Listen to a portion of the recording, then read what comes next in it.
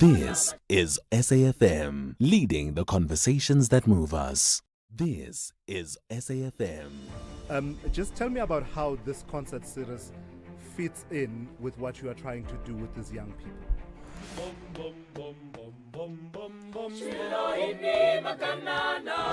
The reality is that private funders do not just thoughtlessly throw their resources around. It is one thing to get a backtrack like that for a finance guy, hey? Yeah. Somebody just WhatsApped me to say that she has a daughter who has hearing loss. Corruption in South Africa has reached disgraceful levels. First things first, let's get to my daily that's my point feature. So, did you see Cristiano Ronaldo cry yesterday?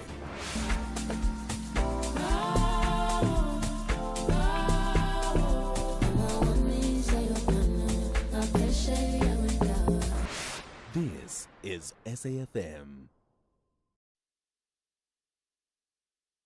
This is SAFM. Just tell me about how this concert series fits in with what you are trying to do with these young people.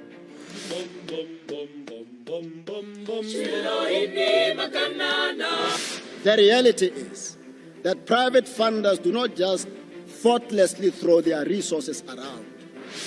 It is one thing to get a backtrack like that for a finance guy, hey? Yeah. Somebody just WhatsApped me to say that she has a daughter who has hearing loss. Corruption in South Africa has reached disgraceful levels. First things first, let's get to my daily that's my point feature. So, did you see Cristiano Ronaldo cry yesterday?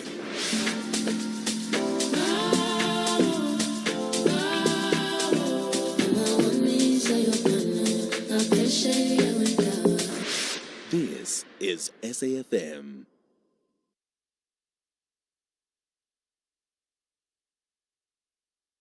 Music never sleeps, and neither do we.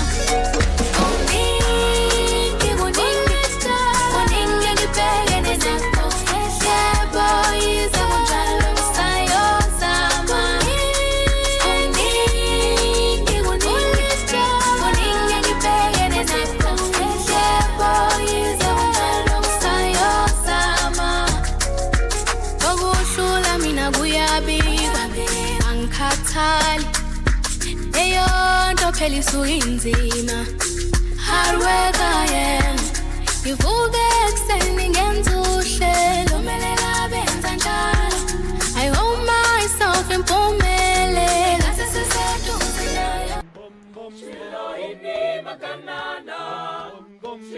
ini makanana, shilo ini makanana, shigepe shamachari mani. Shilo ini makanana, shilo ini makanana, shilo ini makanana, shigepe shamachari mani.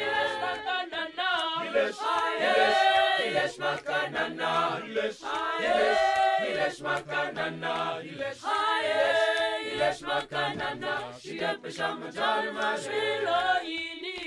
Shilo ini makanana, shilo ini makanana, shilo ini makanana, shigepe shamachari mani. Ilesh makanana, Ilesh makanana, Ilesh makanana, Ilesh makanana, shigepe shamachari mani. Ilesh makanana, Ilesh makanana, Ilesh makanana, Ilesh makanana. This is SAFM, leading the conversations that move us. This is SAFM. Just tell me about how this concert series fits in with what you are trying to do with these young people.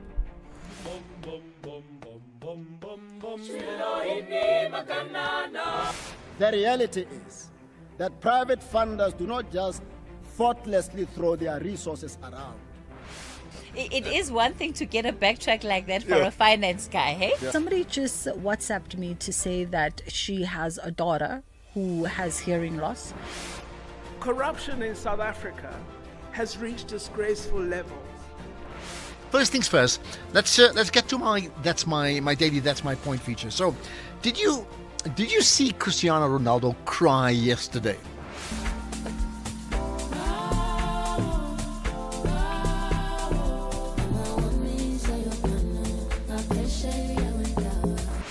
This is SAFM. This is SAFM. Just tell me about how this concert series fits in with what you are trying to do with these young people.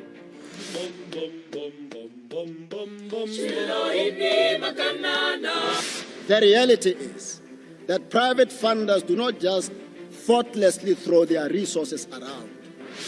It is one thing to get a backtrack like that for a finance guy, hey? Somebody just WhatsApped me to say that she has a daughter who has hearing loss.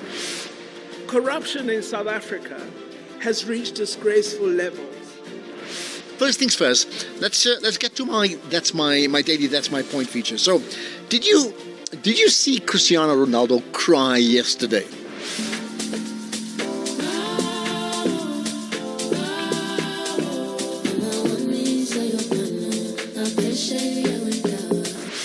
This is SAFM.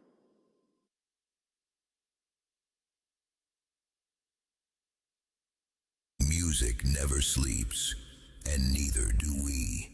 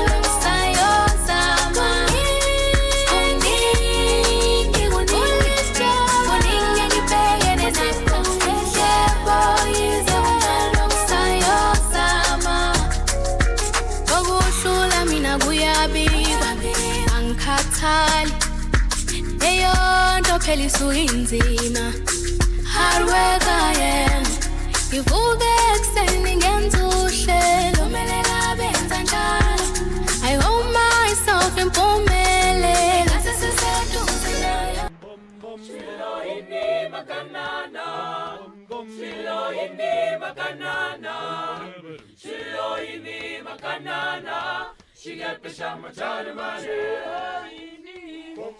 ini makanana Shilo ini makanana Shilo ini makanana Shigepisha macharma Yes makanana Yes makanana Yes makanana Yes makanana Shigepisha macharma Shilo ini makanana Shilo ini makanana Shilo ini makanana Shigepisha macharma Yes makanana Yes makanana Yes makanana You go, I'll be okay. Just bring me the sunshine, your smile, I'll be okay. No matter if the rain falls, you call, I'll be okay. It's gonna be alright, I know it's gonna be okay. It's gonna be alright with you, I know I'll be okay. It's gonna be alright, I know it's gonna be okay. It's gonna be alright with you, I know I'll be okay. Can be miles ahead, miles behind, I don't care long as I'm with you. It's gonna be alright. Can be miles ahead, miles behind. I don't care long as I'm with you. Yeah, it's gonna be okay. Can be miles ahead, miles behind. I don't care long as I'm with you. Yeah, you. Can be miles ahead, miles behind. I don't care long as I'm with you. Gonna be all, can be miles ahead, miles behind. I don't care long as I'm with you. I'll be okay. Long as I have you. Can be miles ahead, miles behind. I don't care long as I'm with you.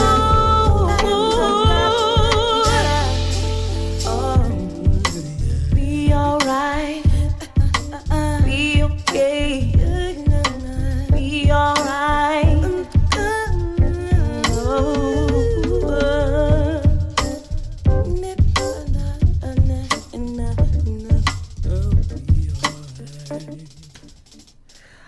It is Robert Glasper featuring Lidisi with It's Gonna Be Alright, bringing us to 10 past 1 o'clock. Last time he was in the country, he left having left a little bit of a bad taste in some South Africans and fans' mouths, but he's coming back. He's going to be back in the country. He's back for the Montreal Jazz Festival, if I'm not mistaken. Robert Glasper, he makes up part of that lineup that's happening this weekend.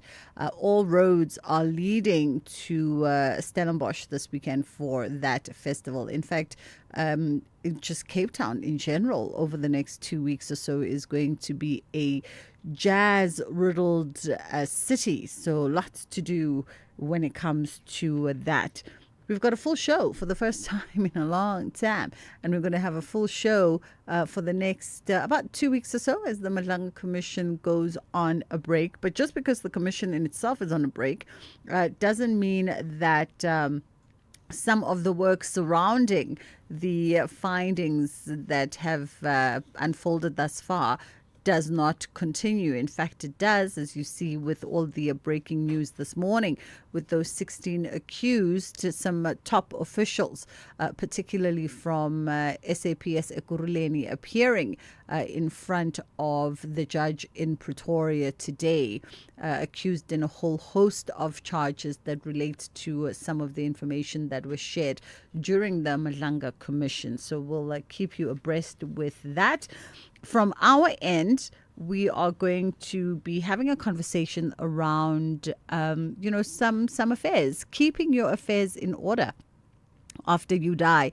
I don't know how many times and how many angles we've had similar conversations from, and it still seems it's something that we South Africans are not taking heed of. Are your affairs in order after you die? Is your estate intact?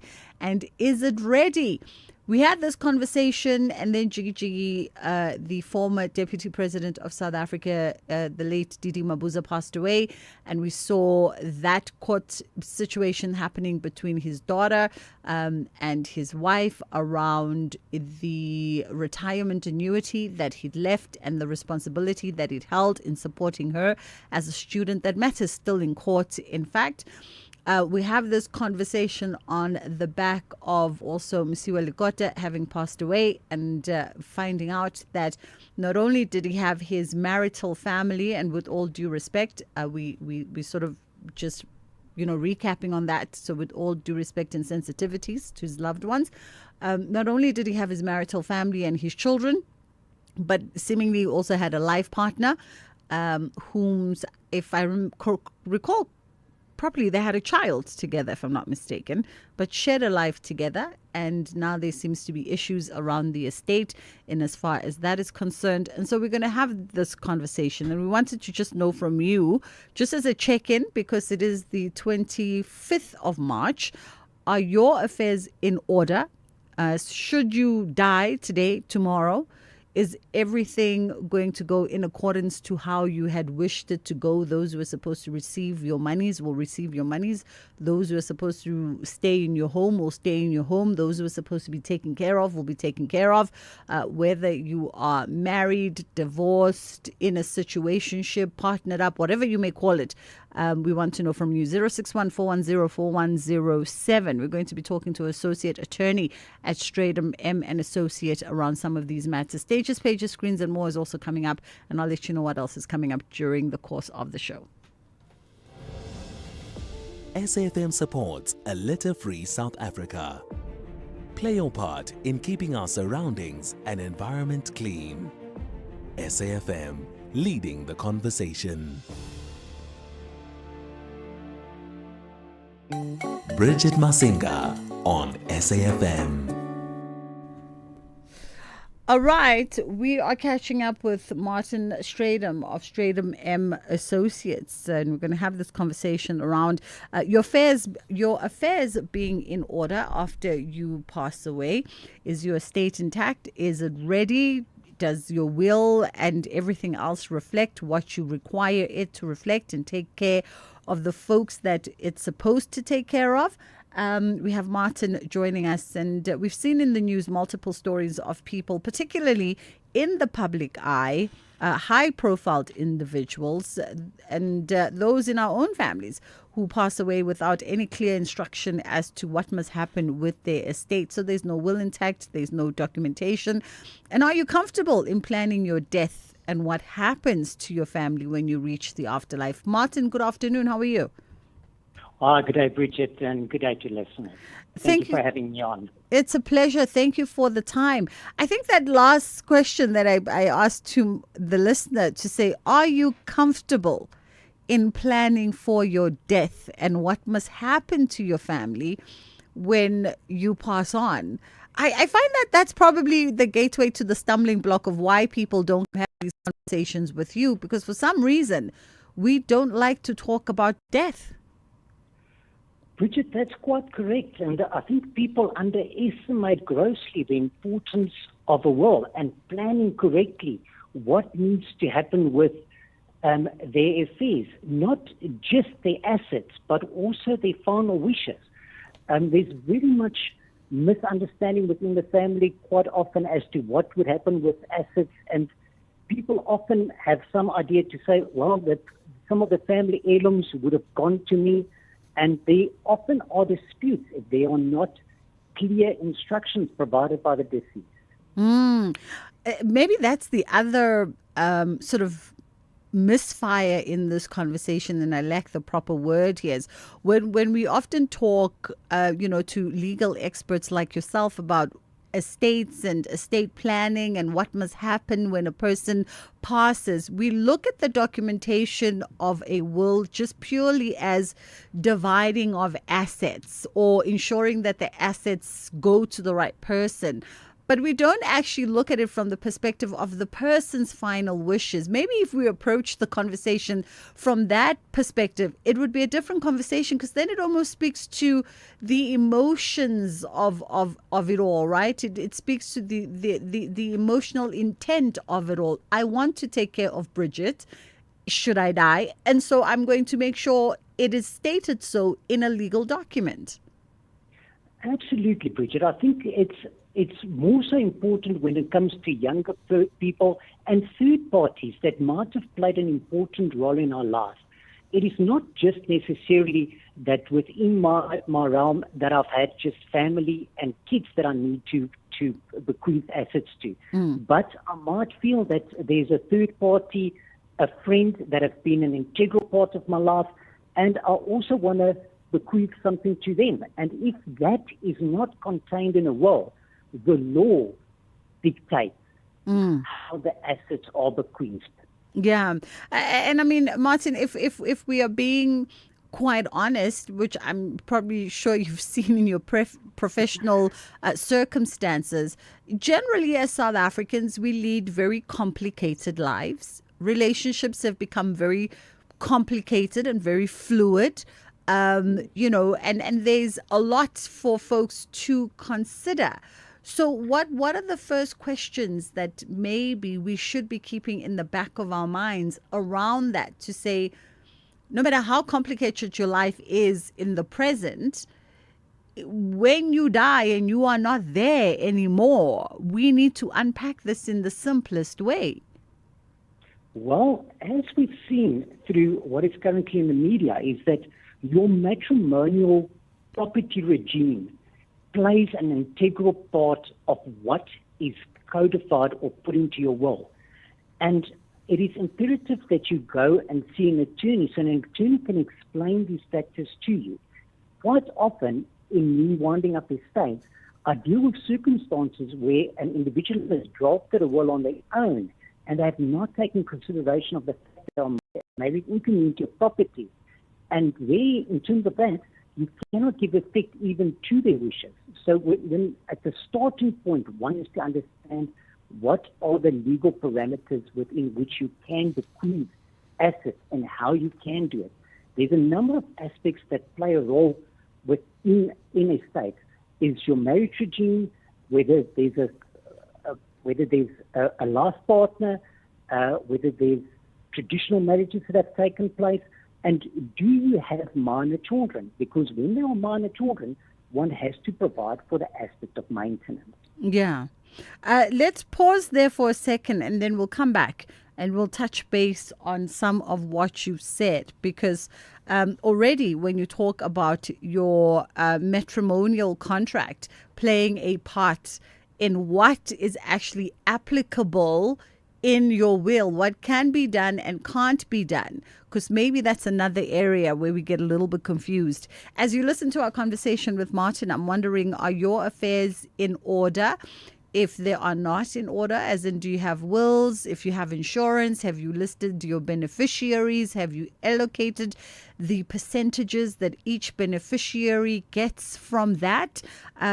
Or is death and planning for it something that you really do not feel comfortable in engaging? Because a lot of people say, hey, I can't talk about death because if I do, then it means I'm calling death to me. And I've heard that a lot in conversation. 061-410-4107 is our WhatsApp line. 1:20 on The Full Circle with myself, Bridget Masinga. The Full Circle with Bridget Masinga. Tired of paying more than you need to for your car insurance? Jason, a 45-year-old OutSurance client, is saving big on his 2025 Hyundai i10. That's true. OutSurance, they saved me an incredible 520 Rand. And if you're claim-free for 3 years, you get an out bonus. More and more and more out. How much could OutSurance save you on your car insurance? SMS out to 30754. That's out to 30754. Saving so much every month, around 640 Rand. That's right. 27-year-old Liam saves an unbelievable 640 Rand a month on his 2020 Ford Ranger. Enjoy benefits like panic assistance, which sends the nearest medical or armed response unit to you wherever you are. Get a quote now and see how much OutSurance could save you. SMS out to 30754. That's out to 30754. Licensed insurer in FSP. TCs and information online. As you're getting to wherever you're going, all these trucks you're dodging, that's billions of rands in motion. Imagine that flow stopping because drivers must swap SIMs for better signal. That's an expensive pause that your business can't afford. Don't let bad tech choices get in the way. Switch to a reliable, stable network because nothing should stop your business. Call 084 1234. Cell C. This Human Rights Month, we commemorate a significant milestone, the Bill of Rights at 30, making human dignity real.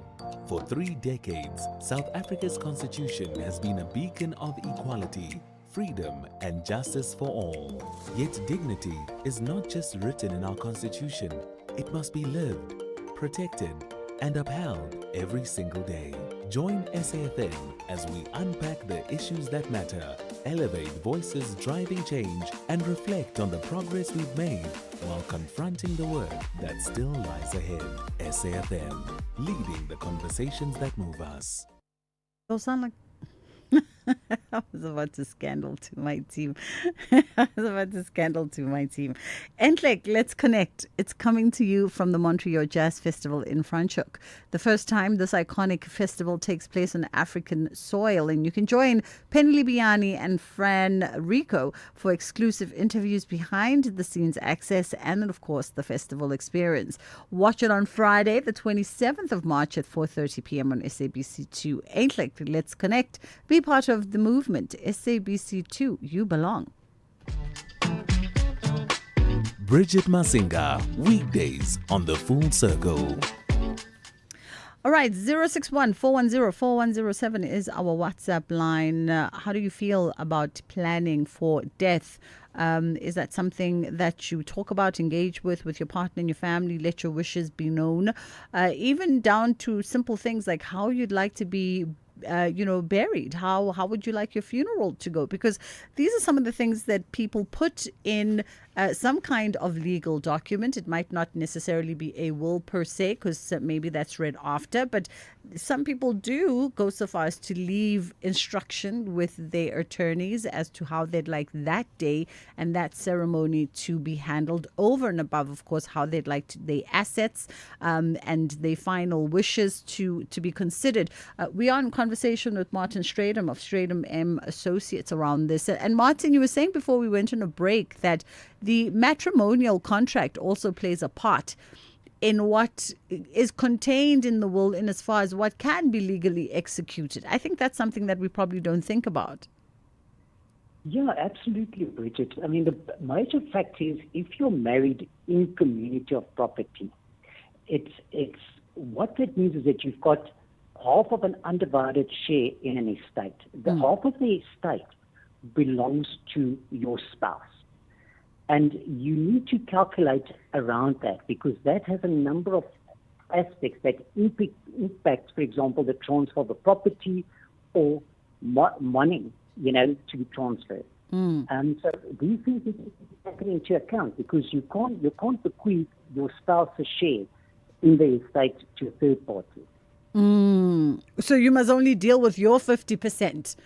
And also, I guess when you've got children, right, that complicates things, because Your 50%, for instance, in a community of property, how I understand it, it's 50% to your spouse, your marital spouse, and then 50% divided against your children, if I'm understanding correctly. So now let's say you have another responsibility outside of your marital context, which is the case, if we're being honest, in a lot of South African relationships. You now have to consider all these things.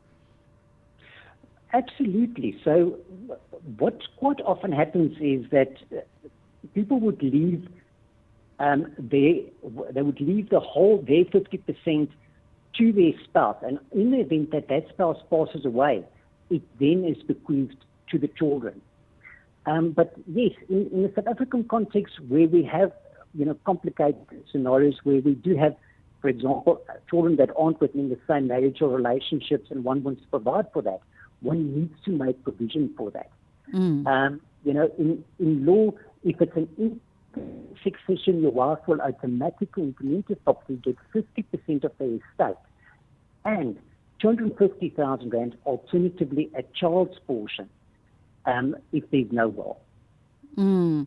I want to get to WhatsApp, and maybe we're just having a bit of some kind of airing feedback on the line. So maybe we'll change the line while we go to WhatsApp. 061-410-4107 is our WhatsApp line.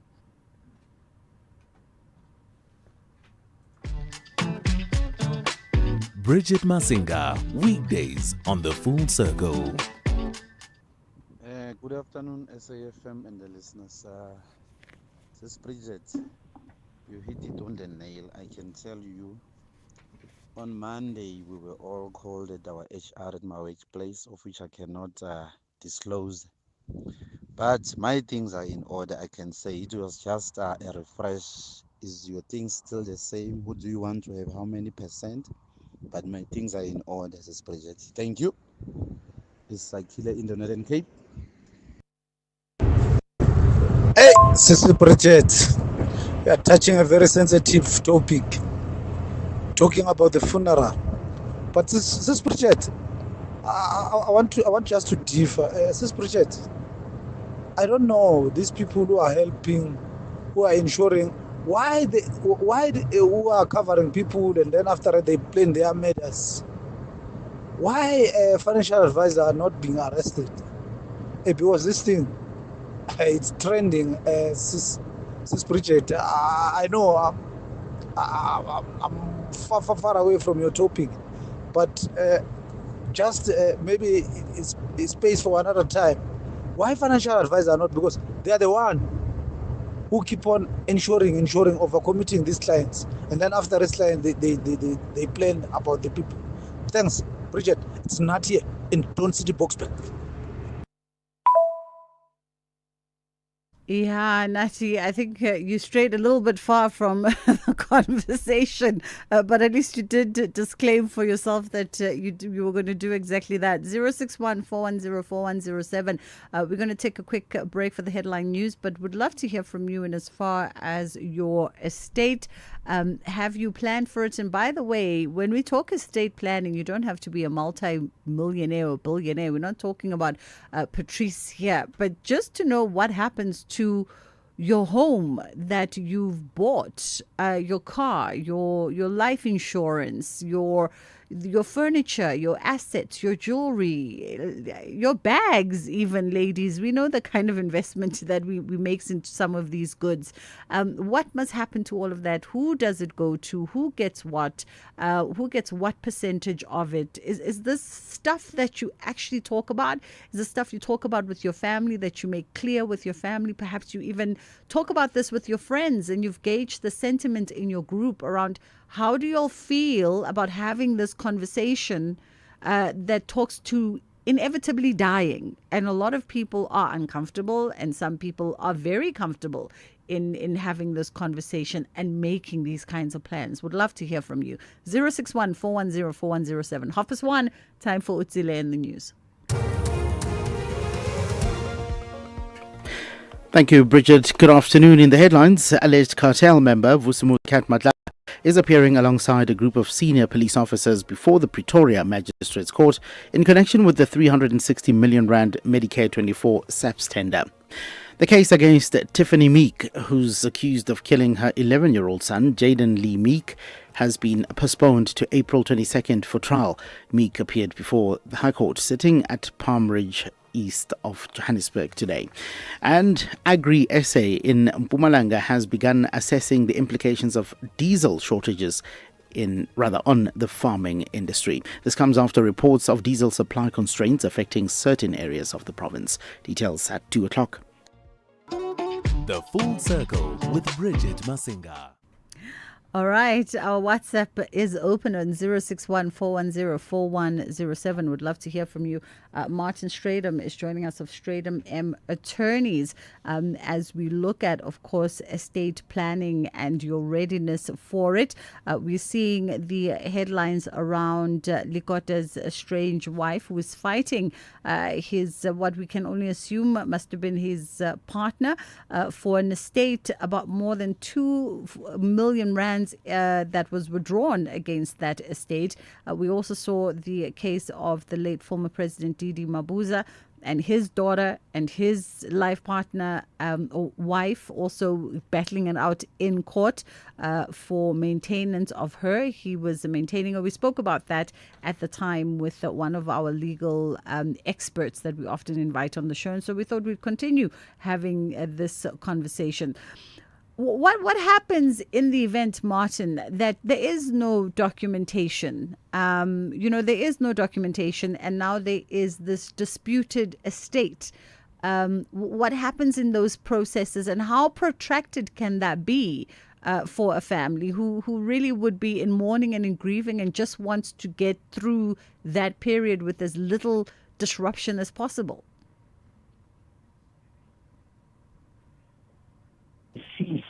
The world the line is it will the line is definitely letting us down. Perhaps let's go to WhatsApp in the meantime whilst we try and sort out that line. It is crackling for whatever reason. Let's go to WhatsApp. Sis Bridget Mbogosundisa Mbuisa. Yes, Sis Bridget, it's very important to have a will, because if you've got a child, or I've got a child outside and then I'm married, then I happen to pass away, my wife will not care about the child that I've got outside. In most cases it happens like that, so that child will not get anything. So it's better you involve them. Just get a will, a lawyer, draw up a will, and then problem solved. You see, and then people must be I think you must make sure that your family benefits, like your sisters, brothers, because now people, they don't fall in love just for the sake of loving each other. It's business and trying to get rich quicker. So make sure you include your family. Thanks. Good afternoon, how's Bridget? This is Tepang in Middlebeck.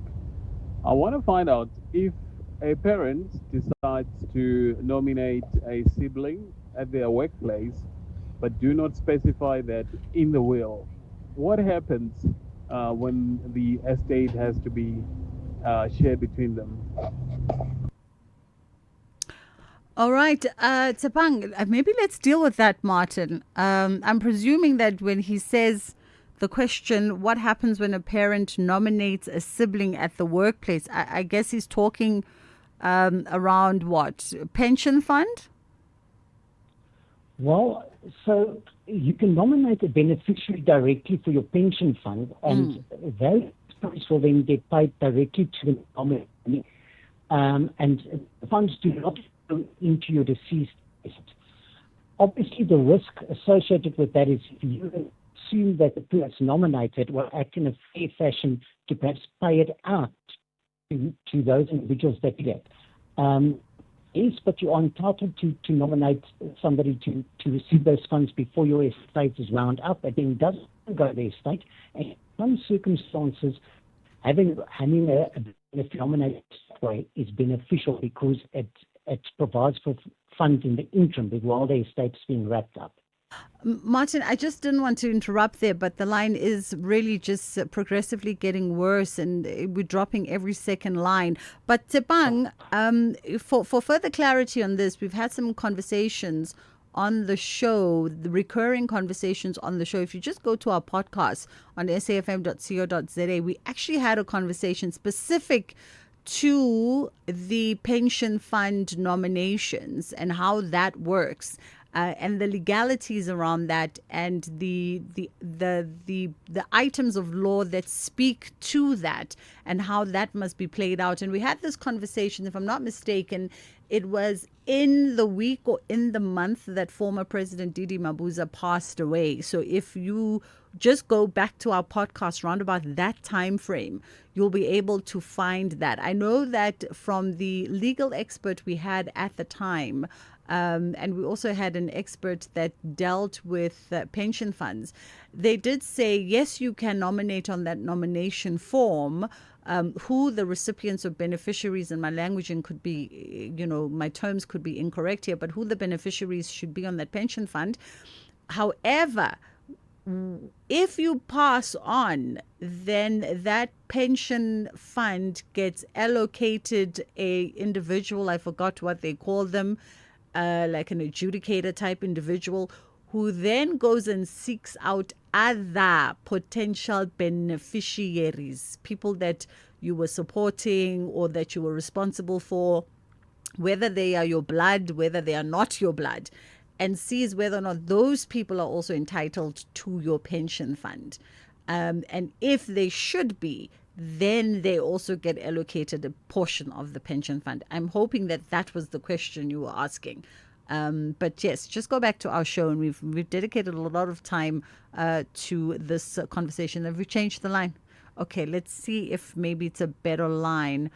Someone says this is a serious matter and we need to plan ahead, as you can't predict your tomorrow, and we need to make sure that we mention all our beneficiaries, and a will is also ignored by the majority, especially Africans. Especially I think it's just because of our sentiment around death. But Martin, as we try to just patch up and wrap this conversation, what are the first steps for anyone that's listening to us that hasn't yet planned around their death? What should they do as the first 3 steps? I believe the first 3 steps is that they should firstly put down on paper what do they seek to achieve when they draft in a will. Is it purely to bequeath their assets, or do they specifically want to provide for income for people or for education for kids? And then from that perspective, one needs to plan how you're going to proceed with your will, to provide for the children or to provide for your spouse, and so on and so forth. I think the first port of call is that, wills are essential in these regards. So, I think if you start drafting it out and perhaps get advice, there's a lot of advice out on the internet. There's a lot of brokers and attorneys and third parties that can assist you in drafting a will. Let me just sneak this in, Martin. Last question. We have about a minute and a half. Someone asked, is it better to do a will with an attorney or with a bank? Sure. Bridget, you're putting me a bit on a hot plate there. I'll definitely go for with an attorney, because if you've got a relationship with an attorney, it's normally somebody that understands where you want to go. It's a bit less clinical, especially if it's somebody that's handling your affairs and you can understand what you want to achieve. And a lot of people have a personal relationship with their attorney, and it's more approachable for the family than, per se, the bank, where they don't know who's going to handle it. So, in my opinion, it is more sound to do it with an attorney, and, I might be criticized by the parties in the banking industry for that, but it's definitely something where there's a better closer bond than with the bank, per se. All right. Martin Stratum, thank you so much for the time. That was Martin Stratum of Stratum M Associates, rather. It is 20 to 2 o'clock. If you still want to share your perspective on this, you're more than welcome to do so. Our WhatsApp is still open, and we'll double back to those WhatsApps on 061 410 4107. You can become a victim of a legal problem wrongful arrest, assault, uncontested divorce, rental disputes, maintenance matters, or labor problems. It can happen to you. Clientele Legal provides tough professional lawyers for an affordable monthly premium. Our legal team is standing by to assist you 24 hours a day. Join today. SMS SAFM to 32195. That's SAFM to 32195. Clientele General is an authorized FSP and licensed non-life insurer. T's and C's online. Standard rates apply. Oh, I'm so tired. There's nothing on the TV. Fanas, girls, let's take a break. We are going to A1 Take a break with us. Get your One Day Cup domestic cricket 50 over game ticket at www.cricket.co.za. Wazana, where it's family time.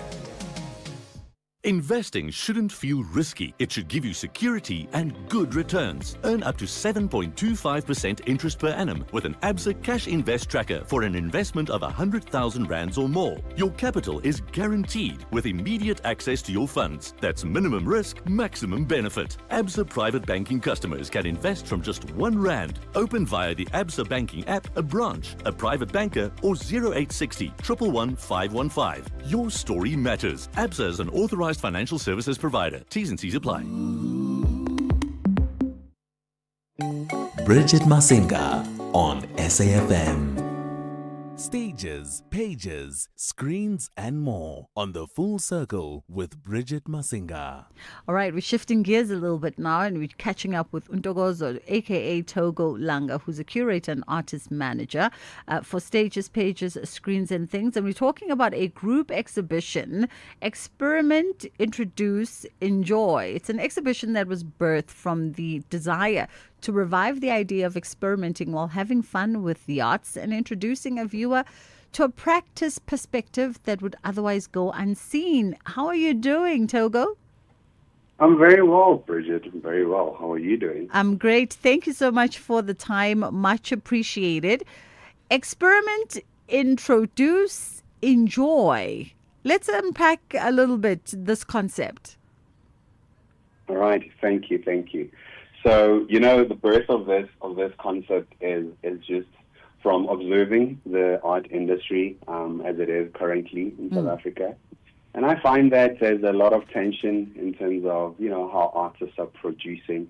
A lot of artists are creating work for clients. A lot of artists are sticking to what they think works, right, because of the responses that the market has given to them. And I find that the idea of experimenting and introducing the market, or really the viewer, to new ideas and new stylistic approaches has really been dialed out, right? And very few creatives are now really enjoying what it is that they do. And I think it's also birthed from the commercialization of the practice. And so this exhibition really aims to sort of free the spirit of creation, right? And just allow the creative to create for the sake of creating. And really, we've just built this platform to be able to do that. And this is where the exhibition has been birthed from. Yeah.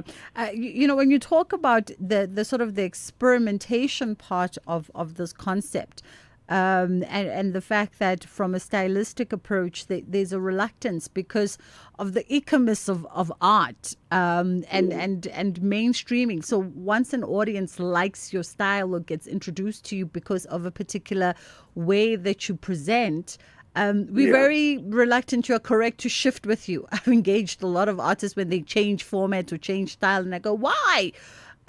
Because this is how we identify you, this is how we know you. But what does that do for an artist, especially for an artist's evolution over time, for an artist's business as well? Does that have an impact on their sales for the good and the bad? And how do we begin broadly, after this exhibition, for instance, to broadly engage that conversation with consumer to say, allow for that creative experimentation and expression? I think it's a very internal conversation that every creative should have, right? It's also birthed from the confidence of the creator. I generally believe that art is a physical manifestation of the beliefs and thoughts of the creative, right? So if the artist does not really pay respect to that and do and create as they think, they really, I think, stifling their growth. One, because as with anything, complacency dulls out any form of excitement, right? So if we keep seeing the same stylistic approach from the artist over time, one, you oversaturate the market with one kind of style. And this is not just new in our generation. I mean, if you look at any artist, you have different periods, right? So, and all of these are based on the influences that the artist has, journeys of life, whether it be the birth of a child, whether it be the loss of a partner, or falling in love. All of these human experiences add to the artistic approach. So to actually stick to one stylistic approach is almost as if you're denying yourself to express what your journey has been and introduce us to that. So that limitation in itself just becomes a lack of honesty over time. And it kind of will show in the work, right, where people are like, oh, I've seen that already. I know that already. What are you doing now? What are you going through now? And how is it manifesting on your practice? Yeah, maybe it's a mature art collector, an art appreciator that takes that approach. For the novice beginners, those of us, I want to collect Nelson because I know him for what he is. And he tried doing a watercolor and people rebelled. I want to collect particular people because when you walk into my house, you can see that it's smang mang. But so with this exhibition, Experiment, Introduce, Enjoy, you've curated a handful of really incredible young established artists to be a part of this. And why this particular cohort? So if you follow my journey really, Bridget, I'm addicted to development, right? I'm addicted to growth. And what this means for me is, one, I believe that if every artist stays the course and polishes their craft, all of them will be successful. So personally, I'm not interested in a Nelson, but I am, but I not currently cannot afford it. But also the journey of being able to see through artists' growth, right? It's something beautiful. For me, this cohort is a group of artists that really have been showing potential. For example, Kia Siema, I've been working with her. I started exhibiting her work before she even went to university to start studying, right?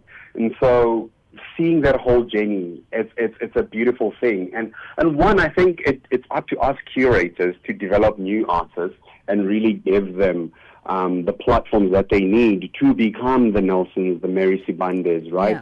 Yeah. And the Lady Scullies. And this is really what it takes, right? Because the more you experiment and the more you introduce people to the kind of ideologies that you currently carry, the more your craft really just matures to something that you yourself as an artist would have never thought would be. Yeah. So the weekend of the 11th and 12th of April, already diarized in my diary, you are calling everybody to come through and experience this group exhibition, Experiment, Introduce, Enjoy. Where do people go to RSVP? Where is it being hosted? So this is part of the interesting portion, if I may, Bridget, is it is being hosted in a village out in the northwest. The name of the village is Sefakwaneng. And really it's just about 40 kilometers outside of Sun City. Yeah. The tickets are available on Quicket under the name Gwalanga.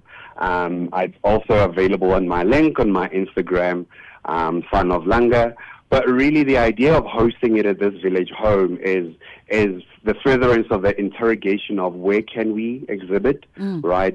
Should exhibitions really only exist in spaces in Johannesburg, for example? And this is also to revive excitement to say, in our own spaces, right, in places that we exist, we actually can create something that is as powerful as it would have been in Joburg or in Cape Town. So the village is called Sefakwaneng. It's just by the Pilanesberg Mountains. It's a very beautiful homestead that my wife and I built, and we thought we are creating a home, and soon enough it became a space where artists could express themselves. So the exhibition really will be over 2 days, where music and great food will be presented to everyone. And essentially is not a traditional exhibition. It's just an opportunity for people to engage, build community, and really share thoughts while speaking about art as well. So, Yeah. Yeah. I mean, I got the PDF folder that I was desperately trying to find, and I don't know where it's disappeared to in our group. But it looks like quite the experience indeed. Just visually how you've sort of set up this village as a experiential move through space. It's really something wonderful to behold, and it would be lovely to come experience something outside of Johannesburg. So we will be emailing everyone who's listening, Togo at sonoflanga.co.za to reserve all of our respective spots for that. Togo, thank you so much for the time today. We'll leave it there, but we'll catch up with you as the year unfolds, because I'm sure you're going to be activating in this space for the remainder of the year, and we look forward to how it all comes to life.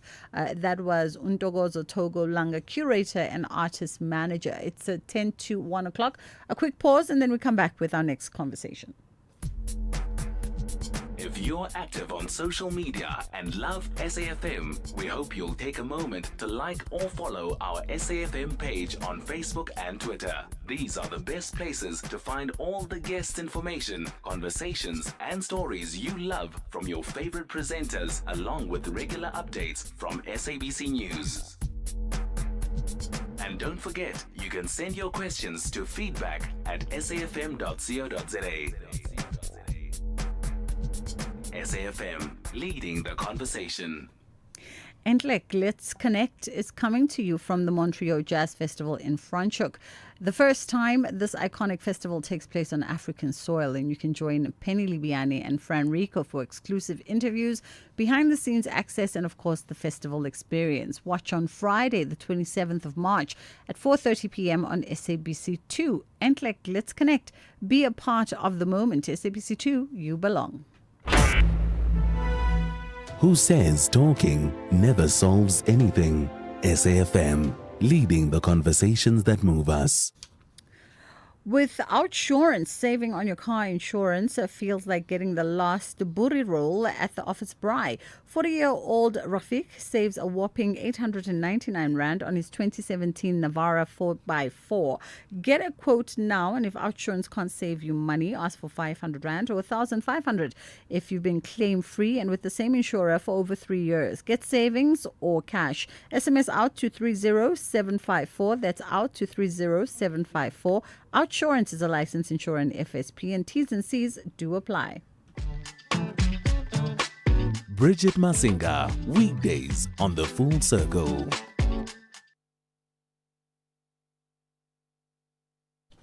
All right, as we get into our next conversation, we are talking to Thulani Mphahlele, who is the business advisory lead and artist at the Artist Venture Hub, and they're looking at the inaugural Grow program, which is open to applications from artisans that are eager to scale their businesses. How are you doing this afternoon, Thulani?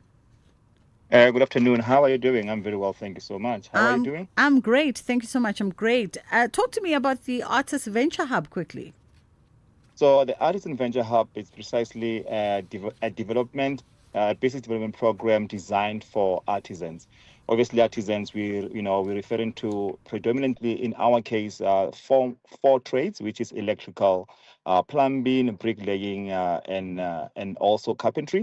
And it is a program that is, scheduled for about 8 months, whereby we really help them to be able to scale their businesses with two key focus, which is to strengthen their operation and ensure that, their business is as strong as possible to make a success of it. So the Artisan Venture Hub's Grow program is a 10-month-long business development program. In those 10 months, how are you packaging the program to speak to the desired outcomes and objectives? Yeah, so in the 10 month, the first thing that we provide for the artisan is a business advisor, right? So a business advisor is one of our core support, right? And the business advisor is going to be able to keep the artisan accountable through the 10 month after they've developed what we call a development plan, right? Where they've literally detailed down the plans for this year. And in that 10 month, they'll have access, to access to market, access to finance, they'll have access to wellness support. And our desire is that the artisans will really receive holistic support in order for them to be able to show that, they can be able to focus on working and making a success of their business. This is incredible, especially for a country that's forever calling for artisans to really take up space and take up opportunity. For those who are interested in being a part of a program like this, what are the initial requirements for entry? Yeah, so a part of requirement, obviously, one is that they should be, they should have basic compliance, right? So basic compliance, we're looking at, having their business registered with CIPC. We're looking at them obviously registered with SARS, and then them having obviously, a fully fledged business bank account, right? Above and beyond that, they should be generating a minimum of 600,000 and between 5 million. They should be, in business for over 2 years, and then also employing 2 employees, and then also based in one of the 5 regions, right? So we're looking at Gauteng, obviously, KZN, Limpopo, Eastern Cape, and also Mpumalanga, and also the 5 trades which I just mentioned earlier. Yeah. So I can already see, Thulani, on my WhatsApp, a lot of young budding artisan entrepreneurs going, see, this is part of why we always have grievances, Bridge, because I do not tick those boxes of having been operating for minimum 2 years, where my business is already profiting between 600,000 to 5 million. But I feel that I'm in a position where a program like this can benefit me. Is there plans perhaps in the near future to look at taking this program to really at the beginning phase for artisan entrepreneurs? So fortunately, we do have other programs that are designed for them, right? Because this is obviously just the Grow program. But in the hub, we have 3 programs. The first one is called the Startup Academy, which we have just finished the recruitment and the onboarding process of it, whereby we've really been around the country and we are about to onboard 250 artisans. These are young people. Most of them were unemployed, right? They were at home, and some of them have started artisanal based businesses, right? And we are taking through, we are taking them through this program whereby we help them start. Right, and then once they have started, then they will come into another program which is called the Build program. Obviously, after the Build program, then they will come to this one, which is the Grow program, which is for the much more matured companies, right? So for those artisans out there who are still in their beginning phases, they should just look out in our website. Probably by the end of the year, we're going to open up application for Startup Academy. Got you. All right. So there's a 360 offering here for artisanal entrepreneurs. These are the things we love to hear about. So finally, Thulani, in our last few seconds, where do folks go in order to peruse the applications and the requirements?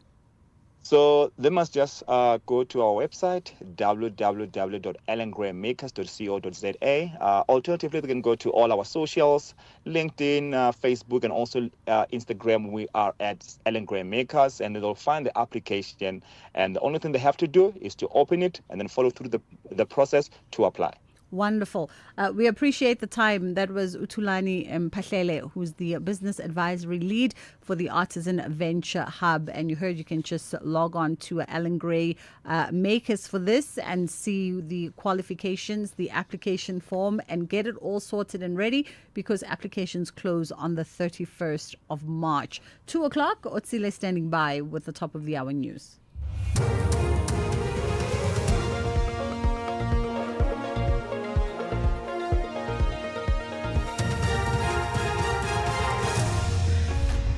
Thank you, Bridget. In the tops at 2 o'clock, assessment of diesel shortages in Mpumalanga's farming industry, and Tiffany Meek's case postponed. Good afternoon.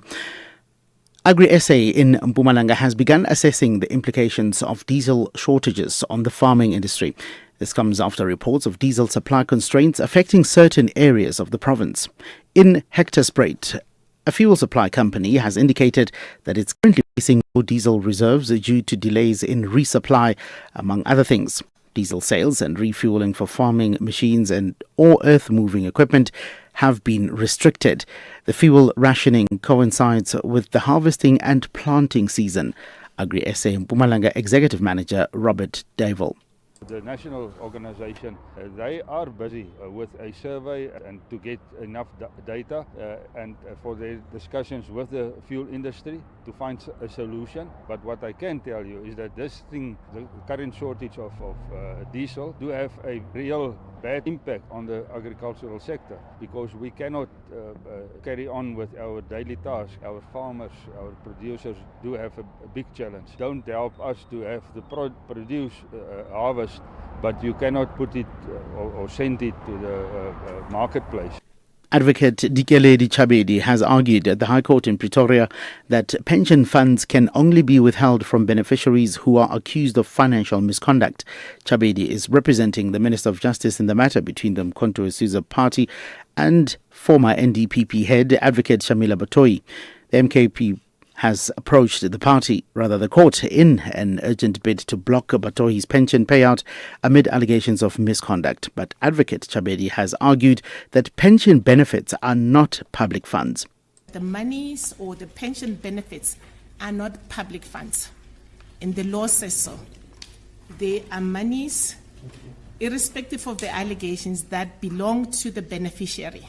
And the law in black and white tells the court, or anybody for that matter, when those monies or benefits may be withheld.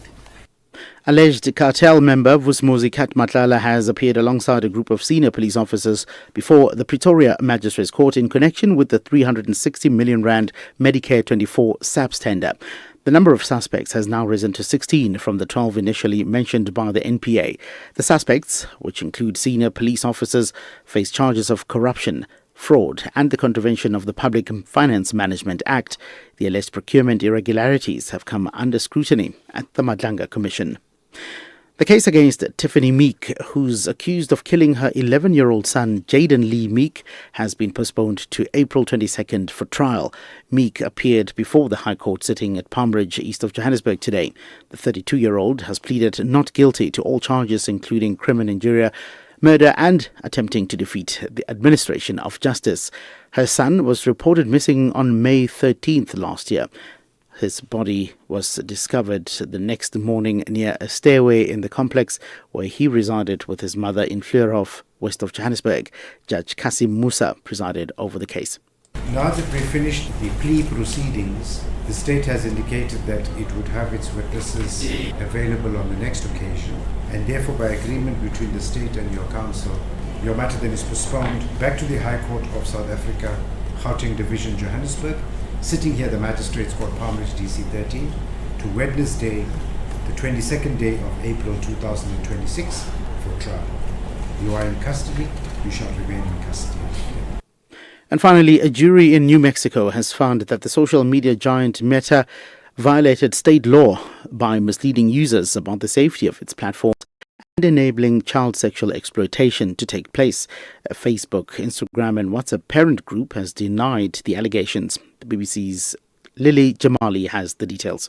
This case stemmed from a 2023 undercover operation that investigators in New Mexico engaged in, posing as a 13-year-old girl on social media. And what they found, according to prosecutors, was they were inundated with sexually explicit images and inundated with unwanted contact with would-be child predators. Attorney General Raul Torres calling this a historic victory. This case noteworthy largely because of that $375 million in damages that was awarded here, but this is also the first time a state has successfully sued Meta over child safety. Recapping the top story, Agri-SA in Mpumalanga has begun assessing the implications of diesel shortages on the farming industry. This comes after reports of diesel supply constraints affecting certain areas of the province. For SAFM News, I'm Utsile Saku, headlines at 2:30. SAFM values your views. Be an active citizen. Saturday afternoons in Mzansi, the loyalty is tested every single week. Manchester United fans still believing. Liverpool fans reminding you about history. Chelsea fans saying trust the process. City fans pretending this is all normal. Arsenal fans still shouting out, we are winning it this year. Every year, mate. But that's love. Through the wins, the heartbreak, the long rebuilds. The English Premier League, where we suffer together, celebrate together, and never stop believing. EPL, Saturdays at 4:30 p.m. on S3. Open up. S3. Investing shouldn't feel risky. It should give you security and good returns. Earn up to 7.25% interest per annum with an ABSA Cash Invest Tracker for an investment of 100,000 rands or more. Your capital is guaranteed with immediate access to your funds. That's minimum risk, maximum benefit. ABSA Private Banking customers can invest from just R1. Open via the ABSA Banking app, a branch, a private banker, or 0860 111 515. Your story matters. ABSA is an authorized financial services provider. T's and C's apply. With the ever-changing financial landscape, it can be difficult to make sense of all the moves at times. Join me, Jimmy Moyaha, on the SAFM Market Update with MoneyWeb, Mondays to Thursdays, 6 to 7 p.m, as we break down the key market trends, top financial stories, and smart investment insights, all in one place. It's everything you need to stay financially informed and ahead of the curve. The Full Circle with Bridget Masinga, Monday to Friday, 1 to 3 p.m.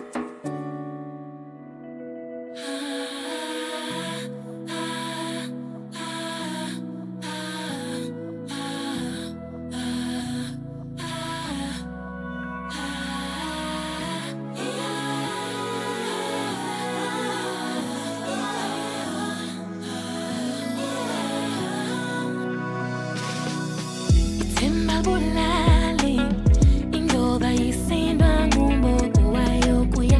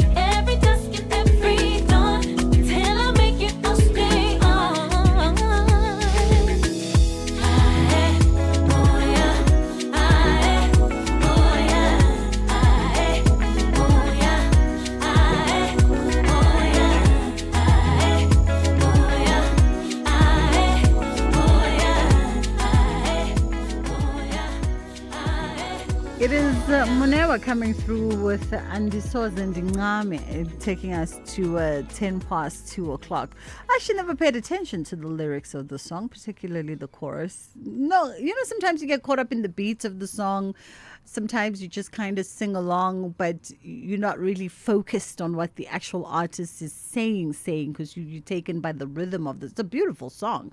But just, I like the message behind it. It's sort of like that, that sentiment of life. And I think we need it now more than ever as South Africans, because I keep saying to everybody, we were set to have not such a glorious year, but we were set to have a year of reprieve, a little bit of a woosa moment for us. And then Trump did what he did. And now here we are in the thick of things. And it seems like our year of relief is going to be a year of stress and strain. So this is a nice song because it sort of puts us in that moment. I was talking to one of Ashraf's producers last week, Utemba. And Watingmina, and Temba's a Zulu man. Watingmina, Bridget impilo idingingani. Impilo fune kuyibambe ngezandla eziwu-2 uyithi nje uyidingingani. I was like, that is a proper sentiment. Anyway, we are catching up now with Boitumelo Galinga, who is the CEO of Northwest Gambling Board. And we're looking at a new campaign on responsible gambling in the Northwest specifically that's calling for community engagement. How are you doing this afternoon, Boitumelo? I'm very well, thank you, Bridget. And now that's like to also great deal of you, your listeners. Thanks. Thank you so much for the time. Much appreciated. And I guess maybe we know that there's a growing crisis of gambling addiction in the country. But let's hone in a little bit more on the Northwest, perhaps, and see what kind of trends has the gambling board picked up there in as far as gambling behaviors and gambling addiction and how that also speaks to the broader problem in South Africa. Well, thank you very much, Bridget, and let me take also this opportunity to thank the SAFM for allowing us to share this important message. Well, the trend that we have realized as the province is that a lot of youth are involved in gambling and betting because we have realized that the usage of phones to bet have allowed our youth to be participating more in gambling and betting. So we realize the problem that even they end up even using their fees that they had received from the National Student Funds associations. And it is a call for concern. We have also realized that a lot of people, especially middle-aged women who receive the grants of SASSA, are using those grants for gambling purposes. It's a concern, and those are the trends that we have realized as a province. We have tackled it, and we are also proceeding to deal with it. The sort of phone penetration, making it easy to access gambling apps and gambling websites, really it becomes a tricky pattern to break because it is in control of the individual. How do you begin to monitor someone on their phone and what they're doing and to what extent they are doing it? Exactly, and then more especially that the person is at home and they are in the corners and we can't really see as to what they are doing at their spare time. Also at work, a lot of people are doing that at work. So what we are doing is on licensed betting systems that we have and licensees, they all know that they have to do something about promoting responsible gambling. So for every punter that is participating in gambling on the phone, there will be a certain limit that you have to play or a certain limit on the money that you use. So there are already systems in place that are dealing with that.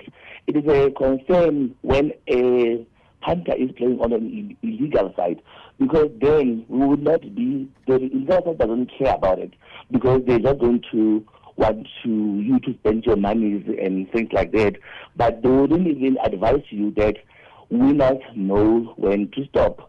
So you will always put in money and money and money. Whereas on the legal side, where you know that this it's a licensee who has a license, who has license in a province or any province in South Africa, then they will know what to do or what step to take to assist you if you have a problem. But then, if I'm to play devil's advocate here, Boitumelo, and not really being in the industry, maybe I speak out of turn, but just from conversations that I've eavesdropped on, even from a legal perspective, to put a banner that says winners know when to stop, promote responsible gambling is really the very bare minimum of a responsibility, that's being leveled to the licensed gambling, whether it be associations or companies or whatever. There's room for them to do a lot more, because a lot of their business and their intent is to entice you into gambling and then lock you into it. So they're not functioning from a perspective of trying to deter you from gambling. For all intents and purposes, all of these systems are designed to do exactly that, initiate an addictive behavior. Look, you are spot on, and those are some of the challenges that we are having with our operators, and we are collaborating with them from time to time and engaging them from time to time to inform them that they also have a huge role to play in promoting responsible gambling. You must remember that with operators, the punters, they are making the money, like you already mentioned, that they are the first, the primary, the door of when the punter is going to play any game at their store or in a phone.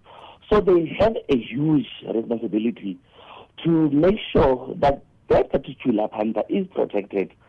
And I know that it might sound like we are speaking on behalf of the operators as regulators, but we need them also as regulators so that we can all, be on the same page in terms of promotion of responsible gambling, and also the promotion of a punter who are wasting their money, and to a certain extent where we also use another, mostly to say that, when you gamble, you know that it's only done for entertainment. We are promoting a message to say, bring back that idea of saying that gambling is not always about making money. It's not about making money at all. It's about going just for an entertainment. It's just that we have to promote this message more so that people and the community at large know that when I go to gamble, I stand a huge chance of losing money. So I don't have to now be addicted to this thing, because it's not going to bring me the money that I have lost, because you are going to be in debt, you are going to be in trouble with the law. Sometimes it will also lead to things like your GBV. I don't know if I misunderstood you, perhaps, or maybe I sort of misinterpreted the message, Boitumelo, and I don't want to get you wrong, because this is a very sensitive conversation for a lot of our listeners, for a lot of our families. Gambling, I don't think we can separate the element of making money from gambling. I've known very many gamblers, and I often say there's only one woman I've worked with and encountered in my life, and we worked together, an elderly woman who gambled for the entertainment element. And in fact, for her, she wouldn't even walk into her favorite casino if she was not in a happy mood, because it was for exactly that, recreational entertainment. Yeah. And so she gambled without the pressure and the stress and that addictive personality. 9 out of 10 people are walking into a casino, opening an application, not for entertainment, but for the sheer purpose of making money. And they are being exploited. And we know, obviously, the social circumstance and the economic circumstance that's driving people to think that is an option for them, that they might be able to make a cent or two to feed their families. So the messaging cannot be to say that let's look at gambling as a way of entertainment. I mean, I get the ecosystem. I get the revenue made from gambling. I get the tax revenue made from gambling. I get the ecosystem of it. However, at some point, the social responsibility element needs to trump all else because of how destructive gambling is. No, 100%, Bridget, 100%. You have mentioned, facts. Gambling is a problem. We have been faced with a problem as a country. And hence, we have this responsibility as regulators to ensure that we go and press that reset button. We need to deal with it. And I agree with you. We need to deal with the elephant in the room. Gambling is no longer taken as a form of entertainment. People are trying to make gambling as a money-making scheme, which is the messages that we are trying to put across in this type of campaigns that we will be having also tomorrow, to teach the community that gambling is not a job that you go to and you make money and then you go home, or you work and then you get paid for it. It's not. It's a social ill correctly pointed by yourself. It is a social ill that needs to be addressed.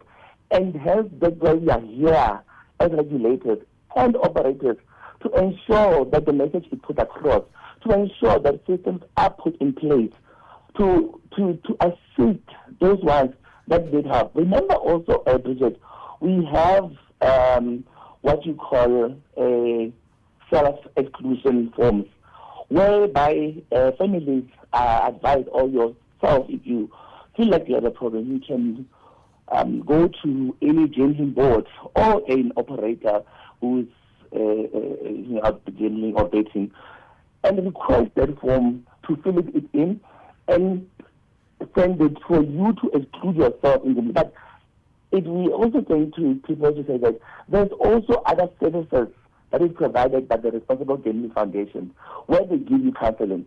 But that's not all. We are saying also families that see their family members being, going deep into this big problem of gambling. Then they also have a right to call us, or they can call us, they can engage us so that we help before the problem gets bigger. So I agree with you 100%. We are having a problem, but what are we doing about it? We should act on it before it's too late. Yeah, I mean, we should, and every little measure helps. I think for my temperature rises at the fact that the measures are little. To sort of level the responsibility on someone who already has an addictive personality, and say that they must go fill in a self. And I know this is not our conversation, but I'm just rebutting to expect that person is going to go and fill in a self-exclusion form. The industry is either lying to us or being naive about that, because they're not going to go do it. No, we have evidence that it actually works. We have numbers. We can see a lot of people are going, are going through a lot of counseling. They put themselves in there. Are these convincing numbers, though, that talk to a majority of the people recognize that they have a problem, recognize that they're caught in this system, and are trying to do something about it?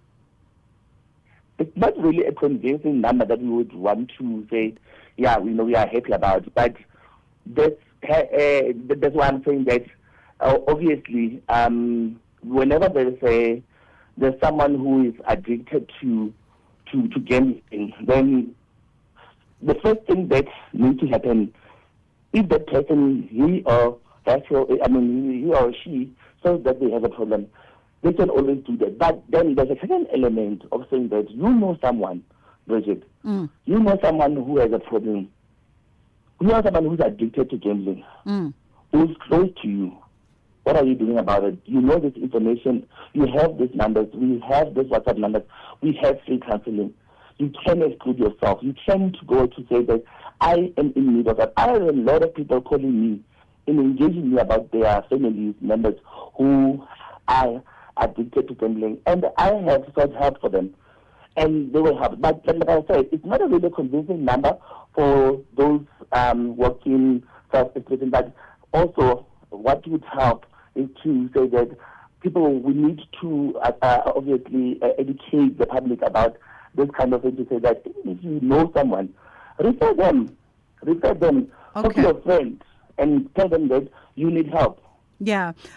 Tomorrow, the initiative is launching tomorrow.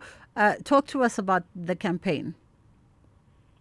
Okay, no, thank you very much. The campaign is just an ongoing, effort from the Northwest Gambling Board, just to do the very same thing that we've been talking about, reminding the public about the dangers of gambling, and also reminding the public about what to do when they have such a problem, and really engaging with a number of stakeholders, and that we're going to be also speakers tomorrow in the event, which is going to be led by the NEC for Department of Economic Development in the Northwest Province. Just really the message, Bridget, will be that obviously we are trying to say that people need to start playing smart. Yeah. Just play smart. I'm with you. Every initiative helps, Boitumelo. I'm sorry that we put you on the hot seat. Every initiative helps, but I just think there is too much responsibility that is being put on the gambler themselves, on the person with the addiction themselves, to try and get themselves out of a system that is deliberately designed to trap them. And I feel like more needs to be done by all the stakeholders, all the policymakers, all the associations, to actually hold feet to fire to the actual gambling operators themselves and the actual companies themselves. For me, a banner is not enough. For me, a banner is not enough. And to say that I must walk in and sign a self-exclusion form is not enough. And as much as I appreciate the counseling, it's after the fact. Like, they need to be held to account. How do you do business, and do business in a real, practical, impactful way that creates healthy habits so that families are not destroyed in the process? That becomes the real change. But we'll take the campaign for now, and we'll take the messages that you are enforcing in the Northwest Province via the Northwest Gambling Board. I appreciate your time. Thank you so much for the conversation. That was Boitumelo Kalinga, who's the CEO of the Northwest Gambling Board. Bridget Masinga on SAFM.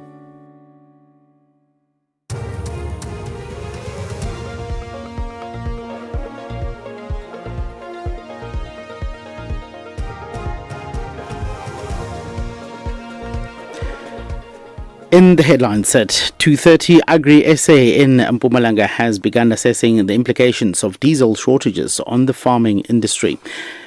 The city of Ekurhuleni mayor on Gauteng's East Rand, Nkosi Phindile Xhakaza, has announced plans to improve service delivery, infrastructure and build houses. He was presenting his 2026 State of the City address in Germiston. And the case against Tiffany Meek, who's accused of killing her 11-year-old son, Jaden Lee Meek, has been postponed to April 22nd for trial. Details at 3 o'clock. SAFM supports a litter-free South Africa. Play your part in keeping our surroundings and environment clean. SAFM, leading the conversation.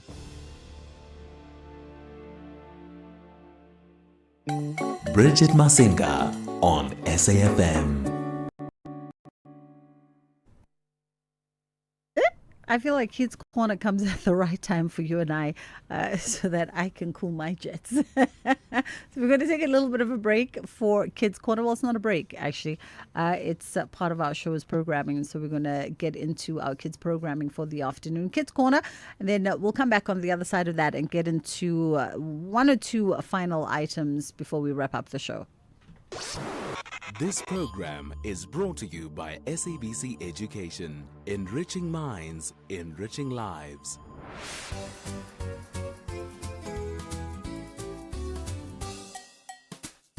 Hello, friends, and happy Wednesday! Welcome to another exciting episode of Kids Corner.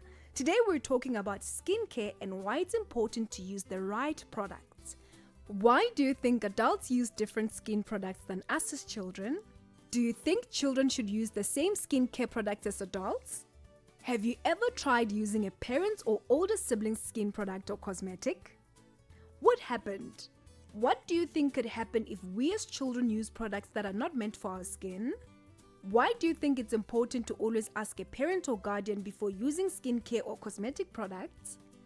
Alright friends, let's hear from some of our friends while you share your answers with the people next to you.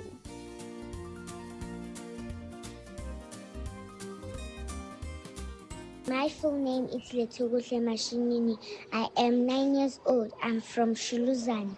Why do you think adults use skin products than children? They want their skin to be healthy, shining, and glowing. No, because the children's skin is going to be rude. I have used my mom's skin product. It's called E45. It made me to have a true color. If children use products that are not meant for their skin could be rude and they are going to have a true color like me and they are going to be ugly. Why it is important to ask a parent or a guardian before using skincare or cosmetic products? Because they would use wrong products that they don't know and they don't know the instructions. My full name is Malentle Buthelezi. I am 10 years old from Shuluzane Maisela Primary School. Adults use skin products so that they can glow even more. Children can use Aquas or Vaseline because other skincare are not good for their skin. Vaseline is good for children because it helps their skin to be well moistured and fresh. Do you think children should use the same cosmetics or skincare product as adults? No, because adults' cosmetics are too strong for children's face. Because children's face are not too strong for adults' cosmetics. Yes, it made my skin glow even more, but I didn't try the strong one because I was scared that my face is going to be itchy. What do you think could happen if children use products that are not meant for their skin? Their face is going to be itchy and have black pimples.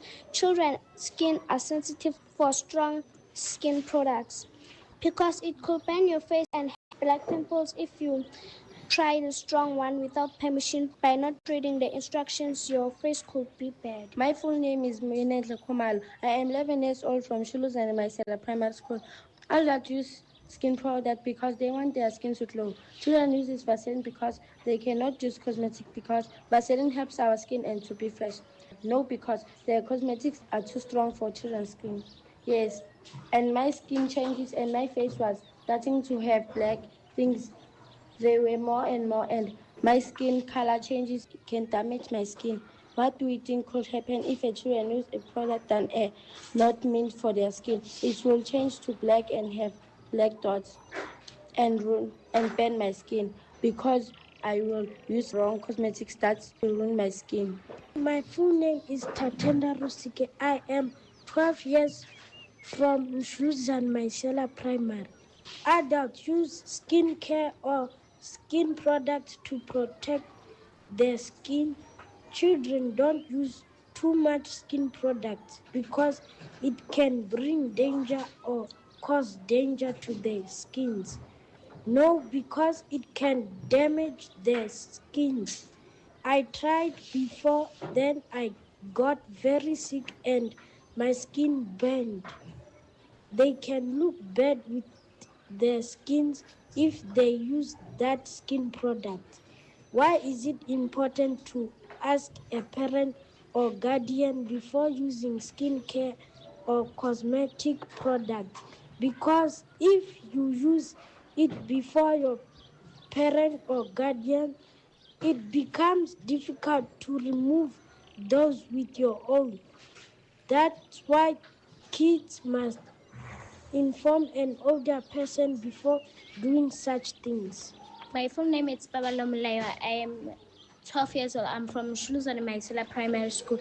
I think adults use skin product because they want to make their skin soft. Children don't use skin product because their skin is soft.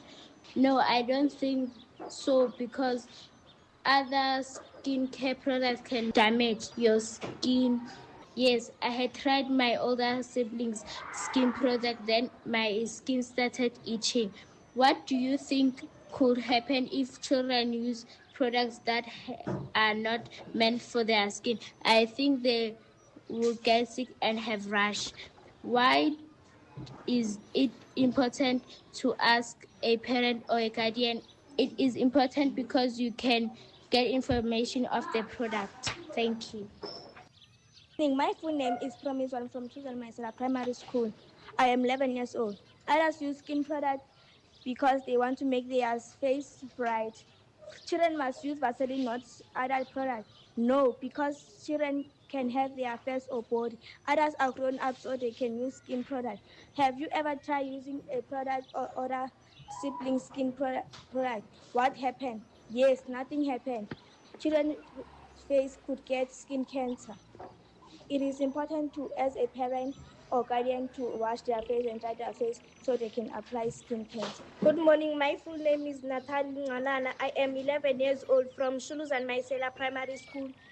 They use different products because some others want their skin to be healthy. No, because some products are not meant for children to use them. When children use products, their skin could be damaged and could have scars and pimples because children's skins are sensitive. Other products have chemical and your skin will not be healthy. It is important to ask them because some are not meant for your skin and are not for children, are for adults only, because if you put them without knowing, and maybe your parents don't know if you have an allergy and you're using it and your skin is not meant for it, maybe if you use it a lot, it can damage your skin and your skin will not be healthy, and children must not use it.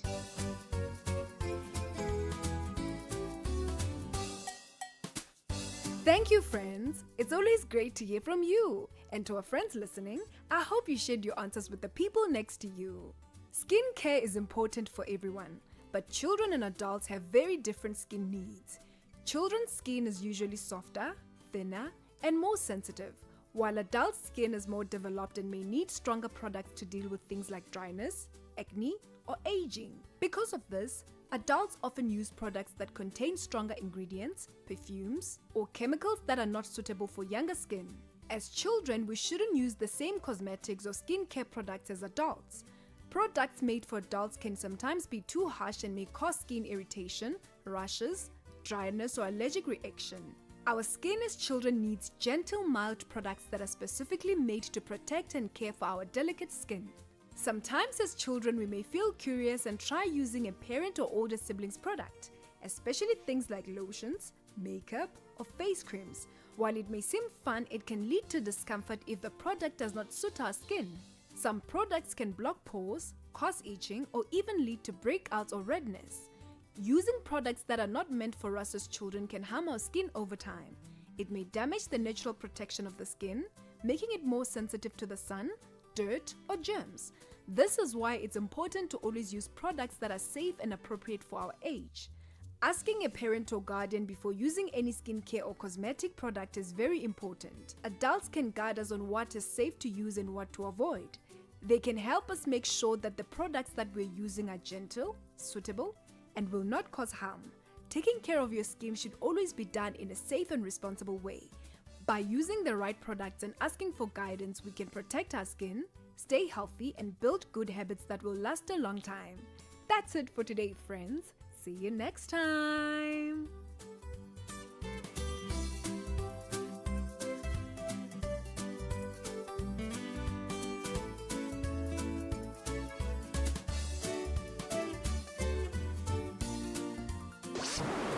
This program was brought to you by SABC Education, enriching minds, enriching lives.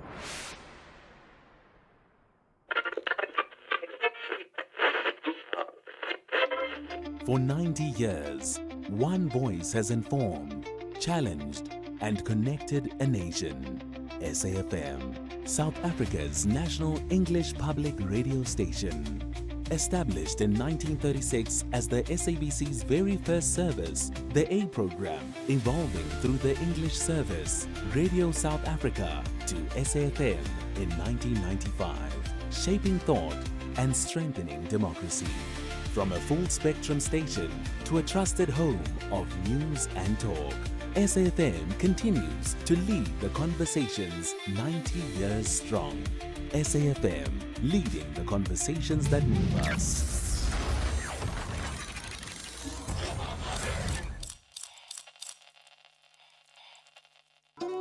The Full Circle with Bridget Masinga.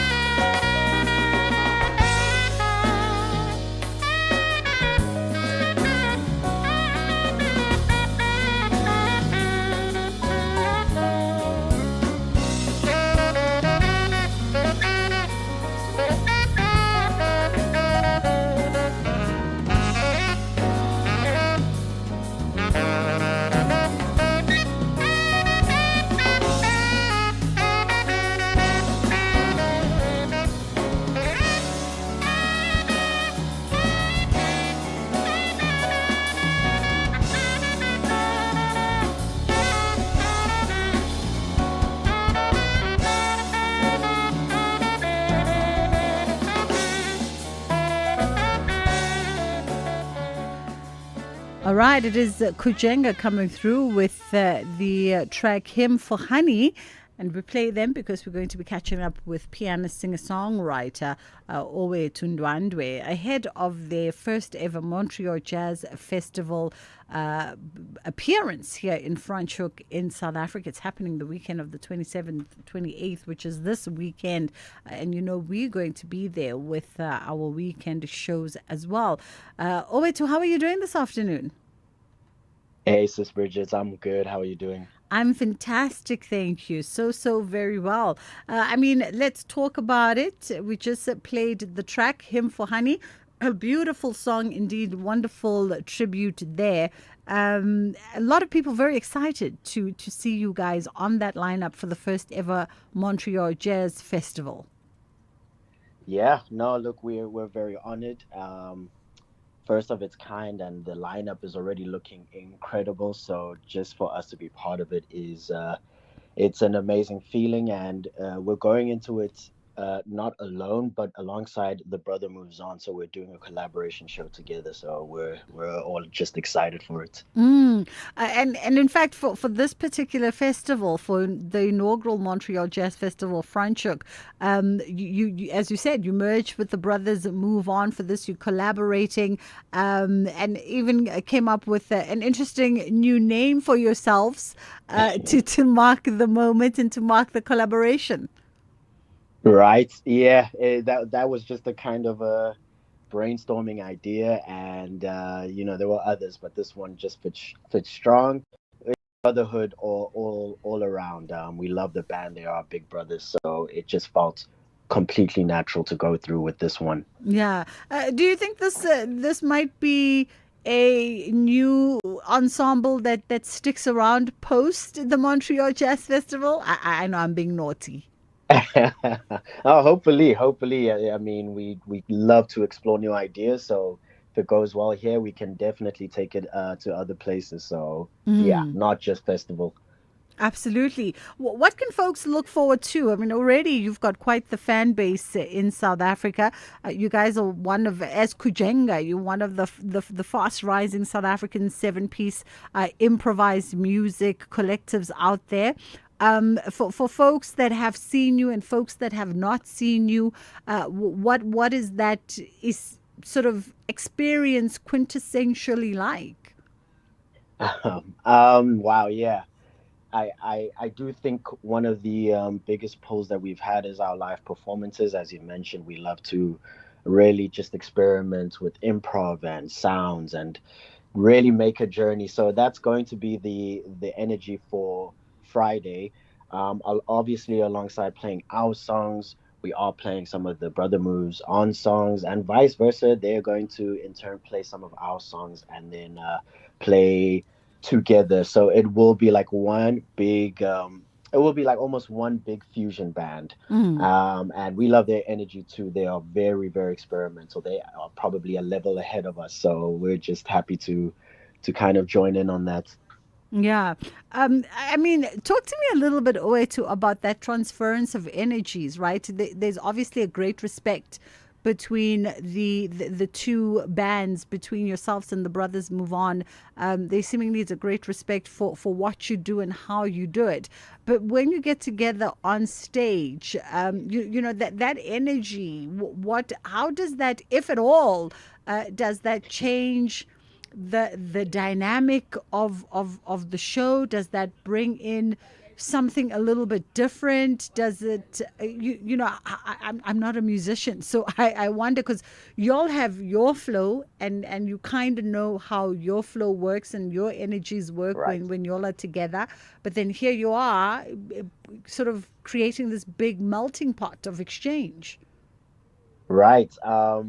Yeah, the part of being an artist, or the cool thing about being an artist, is that you really don't know until it's that time to make the art. So it will be our first time. I cannot tell you what energy it will bring, but it's just always been a thing of us to really explore that, either as a band, even individually, to see where the energy takes you, where the music will take you. But I can only just say it's going to be amplified. That's really what I can promise you. You've been with Kujenga since its formation in 2017.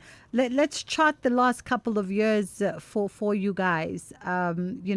Just by way of evolution, musicality, some of the learnings also for y'all being on the road, being in performance versus, for instance, being in a studio.